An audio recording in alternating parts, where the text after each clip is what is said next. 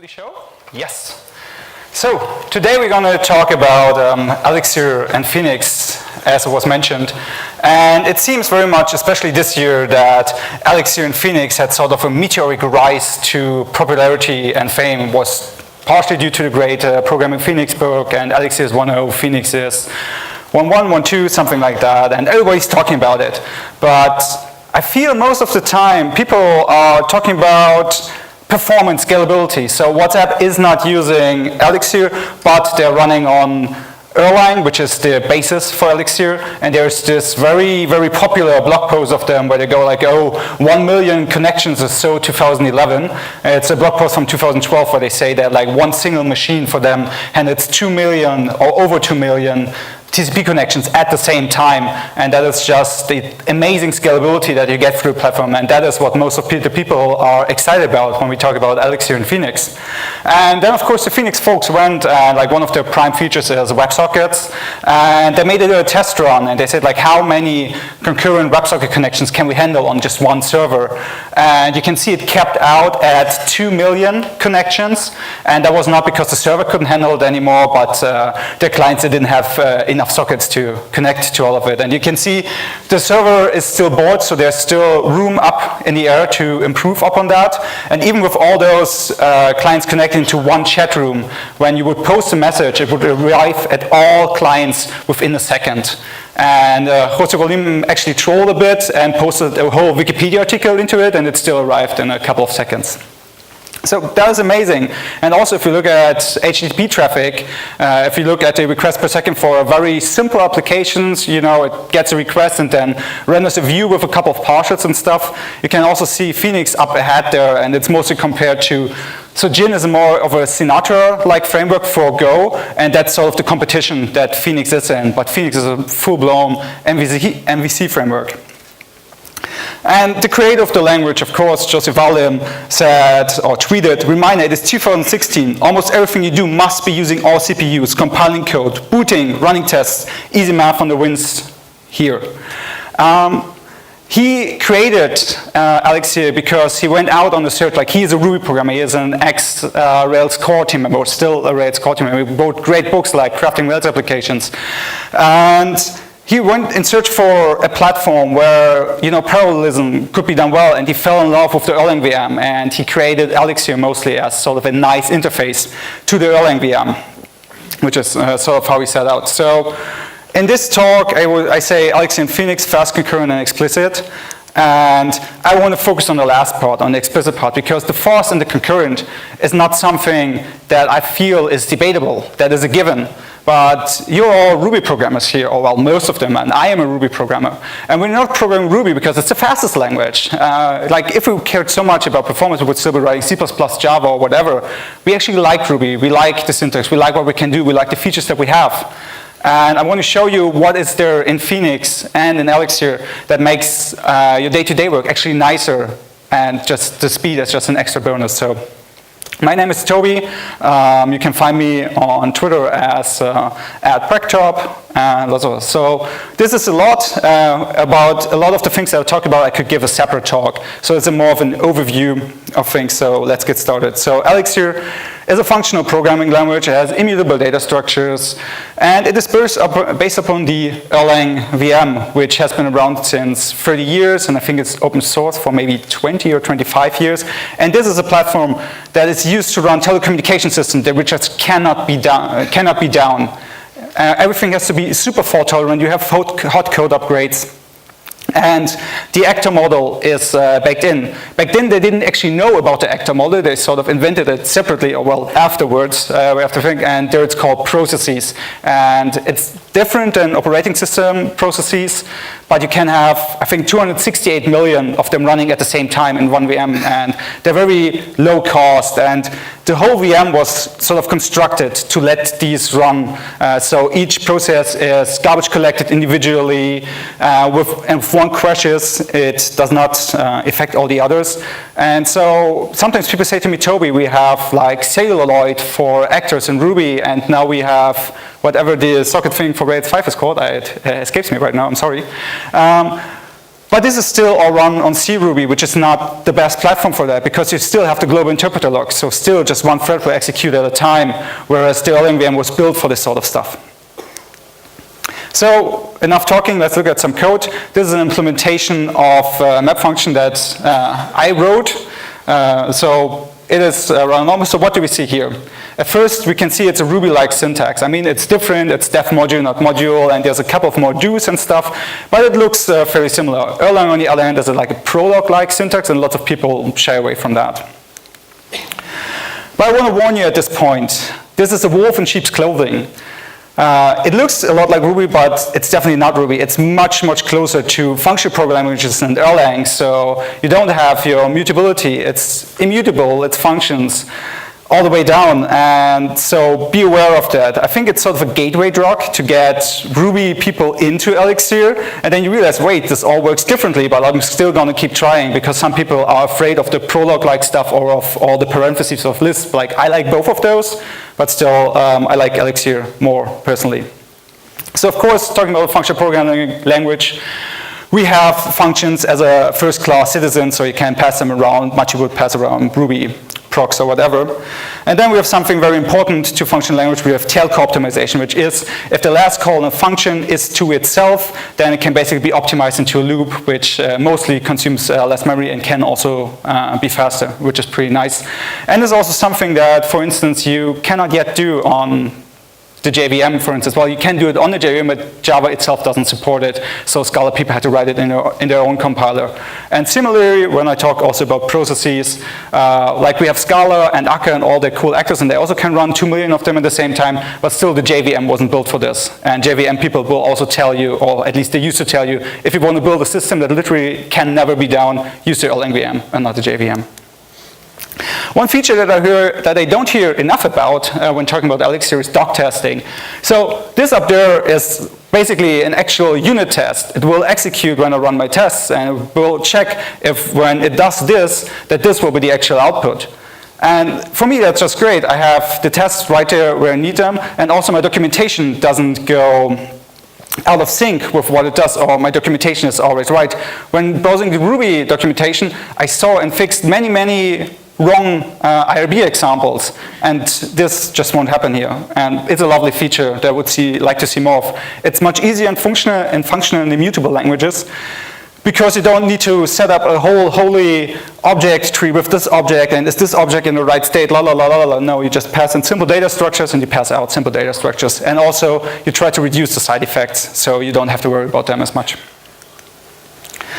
So, the best, well, maybe the best feature in my opinion is pattern matching, which maybe you've heard about before, which is we're saying this definition of do map is only called if the one argument is the empty list, and for the second one, we know that there's at least one element in the list, which will then be put into head, so the first element of the list, and the rest will be put into the tail list.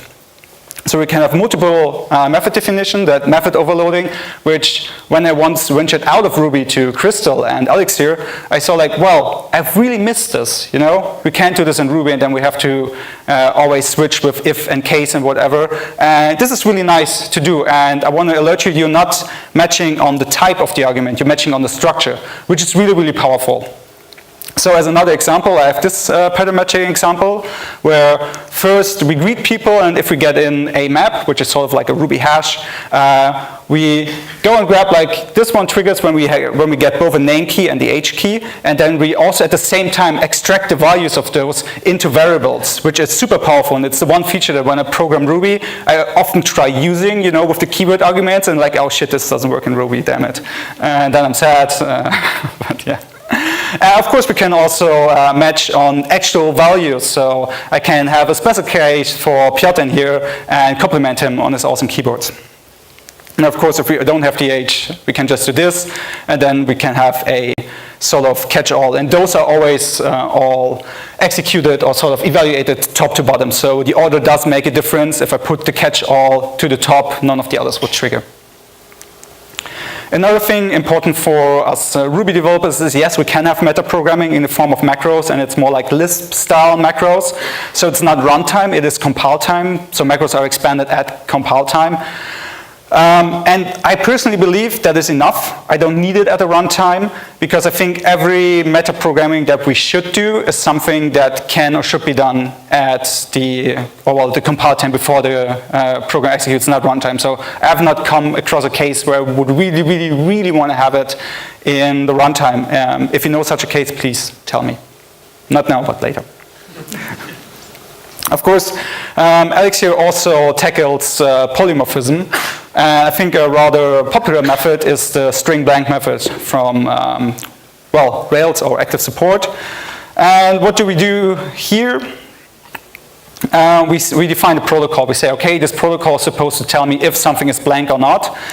And then we can have different implementations of blank for different data types. And that can also be your customly defined structs, which are sort of like, well, I don't want to say objects or classes, but it's like a specific thing that has specific key values, and all of them have to be there, and you can write your own implementation for those, for the protocols. And what's great about there, we don't have to smush it into, string and list that already have a billion methods, but it lives in its own sort of namespace, and then I just call blank.blank, and it works for all the arguments. And that's really nice, and that's something really nice about function programming in general, that I often feel that it's easier for me to put a concept into a separate module, whereas often in object-oriented programming, it feels like I have to shove it into some class. Then again, maybe I'm not composing my objects well enough, but yeah, it's easier in my opinion. Another really great thing about Elixir for me is that it is implemented in itself. I don't know how the bootstrapping process works, but this is the method enumAll, right from the Elixir source code.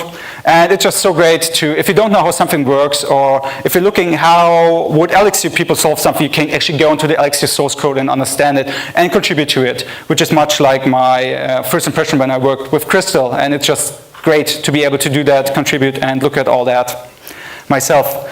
The other thing that you see up there is optional type annotations. I know people are sort of split about type annotations or types, but it's become an increasingly popular topic, so it's nice that you can optionally do that, and then you have a tool that goes through your code and analyzes that and shows you where potential problems might be. And also we have something, I'll call it interfaces here. So this is plug. Plug is pretty much like rec, so it's a middleware. And the interface for plug is like you can initialize it, or you can call it, and you initialize it with some sort of options, and you can call it with a connection and options, and you will return a connection. So if we want to adopt this, it's called behaviors in Elixir. We just say, okay, I'm adopting the behavior of a plug, and then you have to implement all these methods, and otherwise you get a warning. And I actually like this. Please don't throw something at me, but I actually sort of like Java interfaces to a point, because in Ruby we often do like, it's all implicit. We just say like, oh, you have to implement this method, and maybe I raise in the method to warn you that you have to implement it. But that's just a workaround. It's not explicitly saying, hey, here, implement this. And I like to have this feature, and that's what I also mean in the title. It is more explicit. And it's a trade-off, of course, but it's cool. What this plug does, it again does a really brilliant use of pattern magic. It says if I get a connection that comes with the head method, and it just rewrites it to be a get. But yeah, it's from the plug repository. It was the easiest one I could find. So now, of course, the big elephant in the room is functional programming. And when I hear talk about functional programming, I often feel like this, like we're sitting right now. And there's a speaker up there. And he or she is going to talk about like, oh, functional programming is the greatest thing. You all should do functional programming. If you're not doing functional programming, you're so far behind. And I feel like it goes like, voodoo, voodoo, do the functional programming, do the functional programming, you know? And I just want to let you know, I'm not like that. I'm more down there with you. I've been a Ruby programmer for, I forgot to say, I organized a Ruby user group in Berlin. I'm a Rails Skills coach. I've been doing Ruby for, I don't know, 6-7 years or whatever. And I'm an object-oriented programmer at heart. I was always interested in functional programming, Clojure, Scala, and all of that stuff. And I like it, and I think everyone should learn some of it because it really influences your coding style in a very positive way. It's very cool. But I'm not this hardcore person, so let me tell you from this not hardcore functional programming perspective, more the object-oriented, formally more object-oriented perspective, why I think it's good, what it is, and why I like it so much. So if it would be really, I don't know, obnoxious, we could say functional programming is about where do I call the functions. In Ruby, I call them on the object, and in functional language, I just have a module and then a function, and I pass in the object or the most important thing as the first argument, and then do my thing. Well, another way that I learned to think about functional programming from books, etc., is that it's more about the transformation of data, because they always talk about, like, we don't have state, we have immutable data. So what we actually do is we have some sort of input value, and through a series of steps, we transform it to an output value. And that's sort of abstract, but if we think about web development, it's pretty much what we do. We get in some request, get people, and then we send that through a series of transformations that in the end spits out HTML to the browser. And so it actually applies quite nicely. And it has really great advantages. And because transformation is such a common theme, Elixir has this famous pipe operator. So this is an example from the Programming Elixir book by Dave Thomas. This is fairly normal code, right? We find customers and then we retrieve the orders for the customers. We get the taxes and then we prepare the filing. And what we can see is that some sort of data always flows around there. So what we can do in Elixir is we can use the pipe operator, which what it basically does is it sends the return value of the previous thing in as the first argument for the next thing. So we don't have to use all these intermediate variables, and we can just see the data flowing through a series of transformations, and in the end it returns my filings. If I just want to do that all in one line without the pipe operator, then I would have to do something like this, and it's sort of inside out, because the first thing that I care about, the DB find customers, is way in the middle, and then we have to go to the outside to understand what it does. So I hope that you all agree that this is much, much nicer to read. Okay, let's talk about immutable data.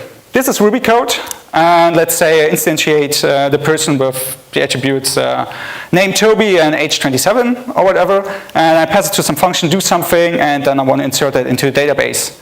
What is the value of person when I insert it into the database? We don't know, because anything and everything could have happened in that to do something call.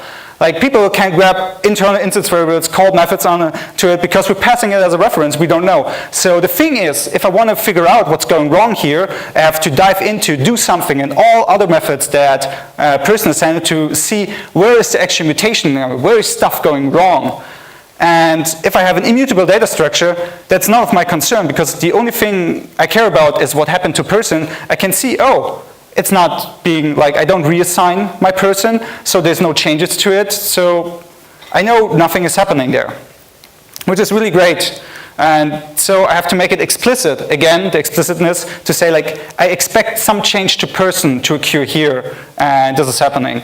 And I think, like, at least I had to track down quite a couple of bugs where some library unexpectedly modified a hash or something I was passing to it, and just through being mean and freezing it and then seeing where it crashes, I could see what actually happened and could fix the bug. So this, in my opinion, really helps the readability. And why is this a good thing? This is something that I stole from Russ Olsen, who wrote Eloquent Ruby and is now working at Cognitech, which is sort of the closure company, and he gave a talk in Berlin. And he, I think, stole this one from Steve Jobs or some other Apple person, he didn't remember. But anyhow, you can look at this in two ways. You can look at it as a bicycle for dreams, or you can look at it as sort of handcuffs restraining you. And he said, and I sort of agree, that Ruby is more the bicycle for your dreams. You can do everything. You can do method missing. You can reach into other objects. You can do whatever you want. Whereas functional programming is sort of restricting you. Immutable data structures. You just have functions and you have these other things. It's sort of restraining you. But in a good way, because when we have all this power from Ruby, then we need to come up with concepts to not to go too far with what we do. And when we have something simple, it helps the understandability of our system, and it keeps us from doing bad stuff, I would say. Another way to think about this is in terms of principles versus power. We have all these principles, and in Ruby, we enforce them through RubyConf or through other rules that we have, because we need to sort of restrict the power sometimes. It's good to have that power. I'm not saying that Elixir and functional programming languages are powerless, but there are some restrictions placed on us. And these principles, in turn, can help us make other improvements along the way, or other optimizations. So lots of that is used, for instance, if you're into the React crowd with the immutable data structures and all the stuff that they can do and can do faster than if a structure was mutable. And it's also, I learned to think about it in the way that in functional programming we try to minimize state. We try to have as less state as possible because we're just doing these transformations. Whereas in object-oriented programming, we often try to hide the state because people say, like, don't expose the state, it all has to be behind an axis or not even that or something else. So we have all the state, but we sort of lie about it to the outside sometimes. We say, like, oh, I'm not having this. Whereas in functional programming, we try to get rid of it because something that's really hard to debug is, like, okay, I have this piece of state there, how did it get there? If I don't have that piece of state to begin with and can just follow a nice flow, it's easier to see, in my opinion. And the same thing goes that whenever I give a function the same input, or a pure function the same input, I always receive the same output, which is great for readability and also, of course, for testability, because I don't have to go through a whole bunch of setup, which is also why doc testing is so easy. And I again want to focus on that this is very explicit, and in my opinion, it improves readability greatly. I would say I'm a fairly good Ruby programmer, but sometimes when I get to debug into some big library and I go, okay, this object is in this state. What is that other object state? Okay, why did this change? Oh, there's another object. Where's it coming from? Why did its state change? What happened? I don't know. Elixir, I started learning Elixir a year ago. Half a year in, wrote the first production code, production application with it. And when I would go into libraries, I could just read it because it's all just simple transformations. I could see where the data flows, where was stuff coming from, where was stuff going. And it was much easier for me to read these libraries, although I'm far less experienced in Elixir than I am in Ruby. So it's one of the great advantages for me. One thing I want to talk about is the actor. Oh, we actually see that. That's great. Ah, no, we don't. Ah, you don't. I just see it. Wait a second. Do you see it? No. Ah, yes, my mouse. Okay, this is something I built during my master's program. It's a visualization of the actor model. So this is one actor here, and all these others are actors, and they just compute the Fibonacci numbers. And we can send them messages. So actors communicate via sending messages. And you can see if I send them enough messages and then give them some time, that an actor, which is the model for parallel programming that is used, they have a mailbox. And when they're read, they're working and just computing the Fibonacci number. And this is a great model and a great explicit model as well for parallelism, because each of those actors itself, they're completely separated from each other, and they all just work sequentially what they're doing. But still, because you can have many of them and they all have their mailbox which you work on sequentially, they can still all run in parallel, and then in the end report the result back or send a message back to the first actor that I showed here. And at the same time, I sometimes like to say that the actor model sort of is more object-oriented than object-oriented programming itself, because in object-oriented programming we always talk about, oh, we send messages and receive messages and we can decide to handle the message or not. But in most modern implementations, we just have a method call and we call the method, and we don't get the message in hand and we cannot decide to throw it away because it's a method call. But with actors, I actually get the message. I actually can do stuff with it and all that stuff. So that level is there, and they're all running in their own thread. They're all completely separate from each other, and that's the only way you can communicate. You can't reach into something, which is super great. And it's much easier to work than with logs or something. So let's now see, is this the right thing? Yes. Okay, and stuff to work with that is in OTP, which you might have heard. It stands for Open Telecommunication Platform, but it really applies to anything. And it's basically a framework and set of libraries to work with distributed fault-tolerant systems, well, to create them. It has a database in there, it has an in-memory database in there, and a lot of stuff to implement servers and supervisors. And that's the next thing I want to briefly talk about. It also has this great thing in it, which is an observer that you can start on a running node, and you can inspect it. You can see all your running processes, which mailbox is big, because if the mailbox is big, it's not getting its stuff done, so it's likely bottleneck and stuff like that. But you also have a visualization of the supervision tree, which is you have a concept for failure. That means one of the processes, I can give them a supervisor, and whenever they terminate for something, you might have heard about the phrase, let it crash, then the supervisor knows, and it's like, okay, this one crashed, and now I'm going to restart it in a known good state, or I'm going to do this thing, or I'm just going to kill it off because I don't need it anymore. And so there's a concept for failing. Something is just failing. Something will always fail. We all know that. But here we have an explicit concept for something is failing, and how do I get it back to a known good state? And what you can see here is a Phoenix application, and down here you probably can't read it, but this is the connection pool set up by Ecto, which is sort of the database layer with all the different database connections. And at the same time, we also have umbrella applications, which is you have basically one big application that is composed of many, many small applications that then work together. And you can see all the applications running here on the left, which is slightly cut off, but anyhow. And all of this is great, but when we now go to Phoenix, I want to say that when I wanted to learn Elixir, I often got a bit frightened, because that all sounds a bit frightening, doesn't it? Like the supervisors, the supervision trees, the processes, LN, OTP, la la la la la la la la. And I was like, oh man, I have to learn all of this just to write a Phoenix application. Wow, that's hard. It's not. Well, this stuff it's fun to learn. It certainly expands your horizon.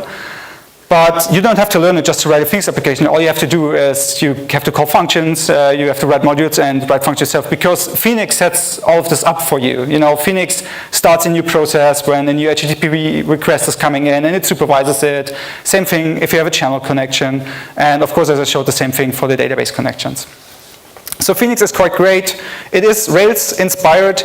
And where does it come from? Chris McCord is the inventor, and he basically invented it when he went out, and he was a Ruby developer as well, and he wanted to find something where it was nice to work with Ruby and WebSockets. And I think he also started with, I think, Event Machine and Redis or something like that, but he just gave up at some point, saw Elixir, and created Phoenix first as a WebSocket or channel-only framework. But then he realized, oh, well, I think Jose joined the team, or maybe before that, oh, well, we can actually make a full-blown web framework with not much effort. And so that's where it's coming from. So first, we have the whole flow of Phoenix or Phoenix application. First, you have a connection. Then it goes through an endpoint. It is routed to your controllers. It might run through a pipeline, which is you know, calling the middlewares. Then we can go to the model, and then in the end, we end up in the view. And it's all this transformation that in the end, we end up with the HTML, as I talked about before. So I want to take you through a quick tour of that. So this are the routes, fairly resembling the Rails routes, so nothing much I can or have to say here. But I want to show you the pipe-through browser, and that is one of the pipelines that you can define individually. And you have a browser pipeline that does all the stuff that you need to do for browsers. You extract the HTML, you want to get the session and stuff, but you don't care so much about that when you build an API. So in the same routes file for all the API-related routes, you can just say, okay, just get that through the API pipeline and not the browser pipeline, which is really nice and explicit again. We can go to the controller action. Looks fairly much like a normal controller that you might be used to, but just because we don't have state, we have parameters. So we get a connection, which is sort of the general request that came in, and it's also the map where we sort of add on data if we want to use it later in the process. So that's why the connection also gets passed to rendering the view. And the params that we don't need here is like the URL params or params that you get via post. And so it's all very explicit. It doesn't magically come from somewhere. You always know where it's coming from. Then we go to the model. Quick overview. This is what the model looks like in Ecto. Well, what I actually like here, we have the schema in here. I'm not a big fan of the active record. Oh, the database just changed, so that's that. And when I have to look up which attributes I actually have to go into my structured SQL file and search for that, and it's not something I like. I know there's annotate gem and other stuff, but I actually like this. And again, it's more explicit. It's less magic, but as we sometimes learn, for instance, with dynamic finders, magic isn't always that great, or mostly evil, as I think James Edward Gray puts it. Then we go to the view, and now you go like, oh, that's not the view that I'm used to. The view in Phoenix is more like a view helper file, as I would say, and so all view-related methods that otherwise might have ended up on your model end up here in the view layer, which is a nice addition, I think, personally, that you always have to, and you always go through that. But in the end, we end up at the template, and you don't have to read all of that. I just want to show you it looks pretty much like ERB, and there's also Slim and Haml implementations if you're into that. So I showed you what's the same. let's talk about what's different. So let's talk about what gets me excited about this. And one thing is change sets. And this is basically validations and callbacks sort of combined, but packaged together. So we can have a new change set, which means like we got a model, and then we say, okay, we want to use the name and the username. We have a unique constraint on the username, and we want to validate the length of the username. And then I can have a, I can have a registration change set that sort of builds up on that new change set, but adds, okay, for registration, I also want to have a password, and I have some validation on the password, and then I also sort of execute the callback that I put the password hash into my structure that I created. So why is this cool? Why do I like this? For me personally, my biggest, problem with normally built Rails applications has become that an active record. Once the application has grown considerably, you have 40 or 50 validations and maybe 20 callbacks or whatever. And it's a pain to just, for testing, create a new object that you want to use. And at the same time, all those callbacks trigger, and you don't need them. You always have to take care of them. You always go like, okay, only in this situation trigger this callback, only in this situation. Because if we're honest, most validation and most callbacks were built for one specific screen, or maybe two screens. Not all of them. They were really not supposed to be run all of the time. And if you use form objects or something, you can get around that, and that's something that I like to do. But these change sets, they're there from the start, and at the start you just say, I only do the stuff that I'm really interested in. I only take the parameters I'm interested in, and I only run the validations and sort of the callbacks that I'm really interested in at this point in time, which makes my long-term programmer happiness a lot better. And I can see this a lot as a trade-off in Phoenix, that you have to be more explicit about stuff. So I always have to say I want this change set, or I have to create a new change set instead of just adding a validate or callback method. So it takes you a bit more time to get started, but I think the long-term benefits outweigh the short-term gains on the other hand. How do I use this change set then in the controller? I just get my parameters, create a new registration change set, and then I try to insert it into the repository. This is something else that is different. It is always an explicit step if you interact with the database. You say you have to call repo.insert or repo.all or something with the repo. A change set won't go, or the model won't go in itself to go there. And it's a convention to only do these side effects in the controller, which I also think is quite nice. But yeah, if we manage to insert it, we go and put a flash and stuff, and otherwise we error out. The other great thing, of course, is channels. Rails has its grand new feature. That's cool and true. But these, scale much better, and also the API is super nice and was built for that. I don't have the time to go into it too deeply, but you basically get this handle-in method where they can then sort of define the event that you're getting, new annotation, you pattern match on that, so you have a different definition for each event, which is quite nice to do, and then you can broadcast to everyone who's subscribed to your channel and that stuff. It's a very nice sort of abstraction around that, and it works with both WebSockets, and you can also configure it to run with long polling. Another thing that I really, really love about Phoenix is the mantra of using the right tool for the job. So in most web frameworks, we have like your own custom built asset pipeline or whatever. And then if you want to go further and you have your front-end developers and they really, really want to use Webpack, integrating that with the asset pipeline is possible, but it's very painful from everyone that I've ever seen do it. And Phoenix just says, well, no, just use whatever you want. Like mostly, probably it's NPM or maybe nowadays Yarn based. But we suggest you use Branch as the build tool, which almost nobody knows, but they thought it was a good choice. It's very simple to use. But you can easily just delete that and put in Webpack or whatever else you want. It's pretty great. At the same time, they also say that we have this database, here Postgres as an example. We want to use the database and we want to do the stuff that the database is best suited for in a database. For instance, in Active Record, if you do a uniqueness constraint on some attribute, it will do that sort of on the model layer. It will query the database itself and see, okay, what's going on in the database, and then go back. But this kind of fault, and it's vulnerable to runtime race conditions is the word. And in Phoenix, they say, no, like we can do like a unique index on the database, and that's what it's good for. The database can do this stuff. And actually, when I do the same stuff in Rails, I always add the unique index to the database as well. But they focus more on then being better at integrating with the database somewhat. It's not the old DBA days where you did everything in the database and application logic should be in the database, but sort of a middle point between there and Rails. Or they do everything on the model layer.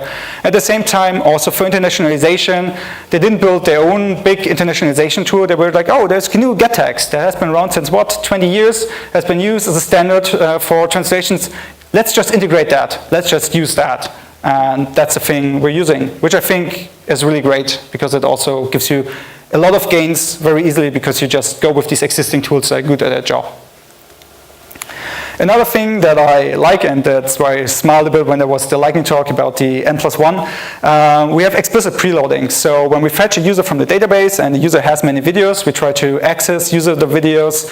It says, not loaded, video is not loaded. And then you're like, oh, what the hell? And then you look it up, and then you go repo preload, and then you do user videos, and as we can still see here, not loaded. And why is that? It's because I'm stupid. Because it's an immutable data structure. Repo preload can change user. So what we have to do is we have to reassign the user, and then we can access the videos. Why do I like that?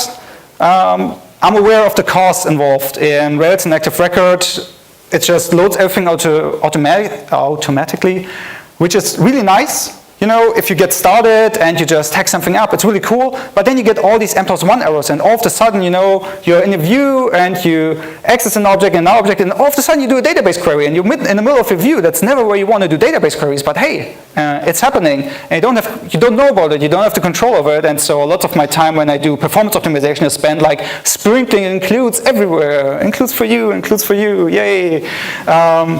So I'm happy that I have this, I'm made aware of this, and I see that there's a cost involved, like I need to preload this. And for the future I can think, do you have to do something different or something? So, but I'll never run into these N+1 queries or this other stuff because I need to be explicit about it. Again, a bit more time at first, but I feel it really outweighs the speed thing in the end. So, now this question comes up. So we all go do Elixir Phoenix now, right? It's the best thing, it's the next great thing. And I just want to mention, like, no. I mean, it's not, I hate this atmosphere of my technology is better than yours and we have to fight about it. No. I still love Ruby, I still love Rails, and I sort of feel a bit bad, like being here, like smashing Rails a bit, and Aaron is there, and I love Aaron, and he does so much great work, and I was like, be careful. Well, anyhow, and I see, take the technology that fits what you're doing and what you want to do. And so why not do both? Why also not love Python, PHP, whatever, you know? It's all good technology, to some extent, always. So I also want to talk about some stuff that, you know, why might you not want to do Elixir Phoenix? So some people I feel are going to miss the dirtiness of something that you can do in Ruby. So I once talked to a developer who was like, oh, I like Rails better than Django because in Django I can't just, you know, go to the database in the view and stuff and just get something here and do something there. In Ruby I can just hack anything into the view, and that's really nice. I like that. So people will always, at some point, miss taking that shortcut, I feel. At the same time, what I haven't talked about is Elixir also comes with some baggage. So Erlang was envisioned 30 years ago. And so some things, like for instance, the internal representation of strings is a bit weird, or if you do just one apostrophe, it's not actually a string, it's a character list, which is a list of the code points and stuff like that. So some stuff is weird, like working with dialyzer for type annotations is a bit weird to do, and that's like all to the Erlang heritage. And of course, the ecosystem isn't that big yet. I mean, you can always access the Erlang ecosystem, so integration is super smoothly. It's no problem at all, so every major thing is basically there, but it's not Ruby. You don't have a big device thing. Like, people are trying to work on that, but still, device is also not what you would do in Elixir because it's a different mantra behind that. But everything that we thought we needed, like PostGIS integration for Postgres and JSON Web Tokens, that was all there, ready to use and very nice. But at the same time, it's a new land. That is also a chance. I mean, what's a bit sad is that, you know, application monitoring is lagging behind and everything, but you can get new ideas. So Phoenix, for instance, has this mantra of Phoenix is not your application. Phoenix is just the HTTP interface to your application, but the rest of your application should be implemented in Umbrella apps, independent from Phoenix. It should be, that is really appealing to me, because if you have a Rails application, good luck getting Rails out there. It's not a question that you would ask or that you would want to do.